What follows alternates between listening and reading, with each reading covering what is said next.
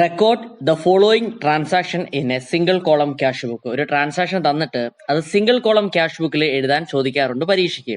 അപ്പൊ ഇതിന്റെ ഫോർമാറ്റ് നമുക്ക് നോക്കാം. Date, particulars, LF column, amount. അതുപോലെ തന്നെ date, particulars, LF column, amount. ഇതിന്റെ ഡെബിറ്റ് സൈഡ് ആണ് റെസീപ്റ്റ് സൈഡ്. അതായത് നമുക്ക് കിട്ടുന്ന വരുമാനങ്ങളെല്ലാം നമ്മൾ എവിടെ എഴുതും? ഡെബിറ്റ് സൈഡിൽ എഴുതും. അതുപോലെ നമ്മുടെ കയ്യിൽ നിന്നും പൈസ നഷ്ടമാവും, നമ്മൾ പേയ്മെന്റ് സൈഡിലാണ് എഴുതുന്നത് അല്ലെ. നമ്മൾ പൈസ നൽകുന്നതെല്ലാം പേയ്മെന്റ് സൈഡ്, അതായത് ക്രെഡിറ്റ് സൈഡിലാണ് എഴുതുന്നത്. നമ്മുടെ ക്വസ്റ്റിലേക്ക് പോകാം. സ്റ്റാർട്ടഡ് ബിസിനസ് വിത്ത് 10,000 രൂപ. 10,000 രൂപയ്ക്ക് ബിസിനസ് സ്റ്റാർട്ട് ചെയ്തിരിക്കുകയാണ് ജനുവരി 1. അതെന്താണ്? ക്യാപിറ്റൽ ആണെന്ന് നമുക്കറിയാം അല്ലെ. നമ്മുടെ കയ്യിലേക്ക് പൈസ വന്നിരിക്കുകയാണ്. അതുകൊണ്ട് നമ്മൾ എന്ത് ചെയ്തു? റെസിപ്റ്റ് സൈഡിൽ എഴുതുന്നു ക്യാപിറ്റൽ, ജനുവരി 1 ക്യാപിറ്റൽ എന്ന് പറഞ്ഞ് 10,000 രൂപ എഴുതി. രണ്ടാമത്തെ ട്രാൻസാക്ഷൻ നോക്കാം. Purchased furniture for cash. നമ്മൾ ക്യാഷിന് നമ്മൾ ഫർണിച്ചർ പർച്ചേസ് ചെയ്തിരിക്കുകയാണ്. അപ്പൊ ഫർണിച്ചർ 1,500 രൂപയ്ക്ക് നമ്മൾ പർച്ചേസ് ചെയ്തിരിക്കുന്നു. നമ്മുടെ കയ്യിൽ നിന്ന് പൈസ പോയിട്ടുണ്ട്. അതുകൊണ്ട് തന്നെ പേയ്മെന്റ് സൈഡിൽ ഫർണിച്ചർ എന്നും പറഞ്ഞ് 1,500 രൂപ എഴുതി. Then January 3 purchased goods for cash 6,000 രൂപ അല്ലെ. നമ്മൾ ഗുഡ്സ് വാങ്ങിയിരിക്കുകയാണ്, ക്യാഷിനാണ് ഗുഡ്സ് വാങ്ങിയിരിക്കുന്നത്, നമ്മുടെ കയ്യിൽ ക്യാഷ് പോയിട്ടുണ്ട്. അപ്പൊ നമ്മൾ എന്ത് ചെയ്യുന്നു? നമ്മൾ അതിന്റെ ക്രെഡിറ്റ് സൈഡിൽ, അതായത് പേയ്മെന്റ് സൈഡിൽ 6,000 എഴുതുന്നു. എങ്ങനെ എഴുതും? പർച്ചേസ് എന്നും പറഞ്ഞ് നമ്മൾ 6,000 രൂപ നമ്മൾ എഴുതുന്നു. ഓക്കെ, നെക്സ്റ്റ് ട്രാൻസാക്ഷൻ നോക്കാം. Sold goods for cash. നമ്മൾ ഗുഡ്സ് വിറ്റിരിക്കുകയാണ്, ക്യാഷിന് വിറ്റിരിക്കുകയാണ് 3,200 രൂപയ്ക്ക്. നമുക്ക് ക്യാഷ് കിട്ടിയിട്ടുണ്ട് അന്നേരം അല്ലെ. സാധനം വിറ്റപ്പോൾ നമുക്ക് ക്യാഷ് കിട്ടിയിട്ടുണ്ട്. അതുകൊണ്ട് തന്നെ റെസീപ്റ്റ് സൈഡിൽ, അതായത് ഡെബിറ്റ് സൈഡിൽ നമ്മൾ എഴുതുന്നു സെയിൽസ് എന്നും പറഞ്ഞ് 3,200 രൂപ നമ്മൾ ഡെബിറ്റ് സൈഡിൽ എഴുതി, അതായത് റെസീപ്റ്റ് സൈഡിൽ എഴുതി. അടുത്ത ട്രാൻസാക്ഷൻ നോക്കാം. ജനുവരി 11 opened bank account. Bank account നമ്മൾ ഓപ്പൺ ചെയ്തിരിക്കുകയാണ് 3,000 രൂപയ്ക്ക് അല്ലെ. അപ്പം ബാങ്ക് എന്നും പറഞ്ഞ് നമ്മുടെ കയ്യിൽ നിന്ന് പൈസ ഇങ്ങോട്ട് കിട്ടിയിട്ടില്ല, നമ്മുടെ ബാങ്കിലോട്ട് ഇടുകയാണ് ചെയ്തത് അല്ലെ. അപ്പൊ 3,000 രൂപ നമ്മുടെ കയ്യിൽ പോയിട്ടുണ്ടെന്ന് തന്നെ പറയാൻ പറ്റും. അതുകൊണ്ട് തന്നെ പേയ്മെന്റ് സൈഡിൽ നമ്മൾ ബാങ്ക് എന്നും പറഞ്ഞ് 3,000 രൂപ നമ്മൾ പേയ്മെന്റ് സൈഡിൽ, അതായത് ക്രെഡിറ്റ് സൈഡിൽ നമ്മൾ എഴുതുന്നു. അടുത്ത ട്രാൻസാക്ഷൻ ജനുവരി 14 ക്യാഷ് സെയിൽസ് 4,100 രൂപ അല്ലെ. ക്യാഷ് സെയിൽസ് ആണ് നടന്നിരിക്കുന്നത്, നമ്മുടെ കയ്യിൽ ക്യാഷ് വന്നിരിക്കുകയാണ് അല്ലെ. അപ്പൊ സെയിൽസ് എന്നും പറഞ്ഞ് 4,100 രൂപ അതിന്റെ ഡെബിറ്റ് സൈഡിൽ നമ്മൾ എഴുതുന്നു, അതായത് റെസീപ്റ്റ് സൈഡിൽ നമ്മൾ എഴുതുന്നു സെയിൽസ് 4,100 രൂപ എന്നായിരുന്നു ജനുവരി 14. അടുത്ത ജനുവരി 18 അടുത്ത ട്രാൻസാക്ഷൻ പെയ്ഡ് ഫോർ സ്റ്റേഷനറി 250 രൂപ. സ്റ്റേഷനറിക്ക് വേണ്ടി നമ്മൾ 250 രൂപ പേ ചെയ്തിരിക്കുന്നു, നമ്മുടെ കയ്യിൽ പൈസ പോയിരിക്കുന്നു.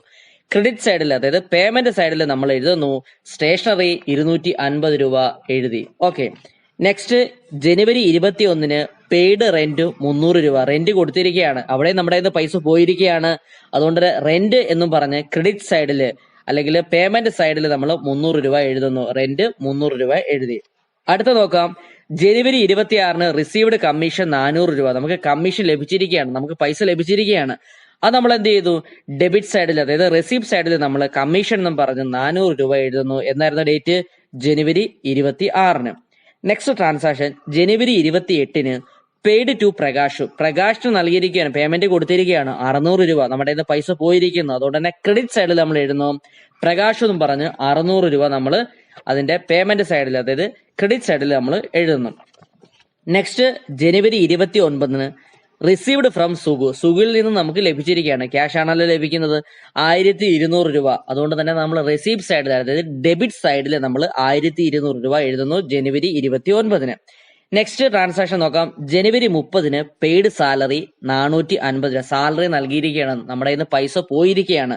അതുകൊണ്ട് തന്നെ പേയ്മെന്റ് സൈഡിൽ, അതായത് ക്രെഡിറ്റ് സൈഡിൽ നമ്മൾ 450 സാലറി എന്നും പറഞ്ഞ് 450 രൂപ നമ്മൾ അവിടെ കാണിക്കുന്നു. നെക്സ്റ്റ് ജനുവരി 30 received check four goods sold. സാധനം വിറ്റതിന്റെ ഭാഗമായിട്ട് നമുക്ക് ചെക്ക് ലഭിക്കുകയാണ് അല്ലെ. അതുകൊണ്ട് തന്നെ എന്താണ്, നമ്മൾ അതിന്റെ ഡെബിറ്റ് സൈഡിൽ, അതായത് റിസീപ്റ്റ് സൈഡിൽ നമ്മൾ എഴുതുന്നു സെയിൽസ് എന്നും പറഞ്ഞ് 500 രൂപ എഴുതുന്നു അല്ലെ. സാധനം വിറ്റിരിക്കുകയാണ്, അതുകൊണ്ട് 500 എന്നും പറഞ്ഞ് എഴുതി. Next January 31 the cheque of ₹500 paid in to bank. അതായത് 500 രൂപയുടെ ചെക്ക് നമ്മൾ ബാങ്കിലേക്ക് നൽകുകയാണ്, നമ്മുടെ കയ്യിൽ നിന്ന് പോയിരിക്കുകയാണ്. അതുകൊണ്ട് തന്നെ ബാങ്ക് എന്നും പറഞ്ഞ് 500 രൂപ നമ്മൾ പേയ്മെന്റ് സൈഡ്, അതായത് ക്രെഡിറ്റ് സൈഡിൽ ബാങ്ക് എന്നും പറഞ്ഞ് 500 രൂപ കാണിക്കുന്നു. ഓക്കെ, ഇനിയിപ്പോ ചെയ്യാനുള്ളത് എന്താണ്? നമ്മൾ ഡെബിറ്റ് സൈഡും ക്രെഡിറ്റ് സൈഡും നമ്മൾ കൂട്ടി നോക്കുകയാണ്. അപ്പൊ ഡെബിറ്റ് സൈഡ് കൂട്ടിയപ്പം 19,400 കിട്ടി. അതുപോലെ ക്രെഡിറ്റ് സൈഡ് കൂട്ടിയപ്പോൾ നമുക്ക് 12,600 കിട്ടിയത്. അപ്പം വലിയ എമൗണ്ട് 19,400 ഡെബിറ്റ് സൈഡിലും ക്രെഡിറ്റ് സൈഡിലും നമ്മൾ എഴുതി. ഓക്കെ, നമുക്കറിയാം ക്രെഡിറ്റ് സൈഡിൽ നമുക്ക് അത്ര എമൗണ്ട് ഇല്ലായിരുന്നു, 12,600 ഉള്ളായിരുന്നു അല്ലെ. എത്രയും കൂടെ കൂട്ടിയാലാണ് 19,400 കിട്ടുന്നത്? അതായത് 6,800 അല്ലെ. 19,400 മൈനസ് എത്രയാണ്? 12,600 ചെയ്യുമ്പോൾ കുറയ്ക്കുമ്പോൾ നമുക്ക് എത്ര കിട്ടി? 6,800 കിട്ടുന്നുണ്ട്. ഈ 6,800 ആ ഡേറ്റിൽ തന്നെ ജനുവരി 31 ബാലൻസ് ക്യാരി ഡൗൺ എന്നും പറഞ്ഞ് ക്രെഡിറ്റ് സൈഡിൽ ആ എമൗണ്ടിന് മേലെയായിട്ട് എഴുതും ബാലൻസ് ക്യാരി ഡൗൺ 6800. ഓക്കെ, ഇനി ഇതിന്റെ ഓപ്പോസിറ്റ് സൈഡ്, അതായത് ഡെബിറ്റ് സൈഡിൽ നമ്മളിപ്പോൾ ബാലൻസ് ചെയ്തില്ല 19400 എന്ന് എഴുതിയല്ലോ, അതിന് തൊട്ട് താഴെയായിട്ട് അടുത്ത മാസത്തെ ഡേറ്റ് ഇട്ടുണ്ട്, അതായത് February 1 ബാലൻസ് ബ്രോ ഡൗൺ എന്നും പറഞ്ഞ് 6800 കാണിക്കുകയും വേണം. ഓക്കെ, അപ്പൊ ഇങ്ങനെയാണ് single column cash book prepare ചെയ്യുന്നത്.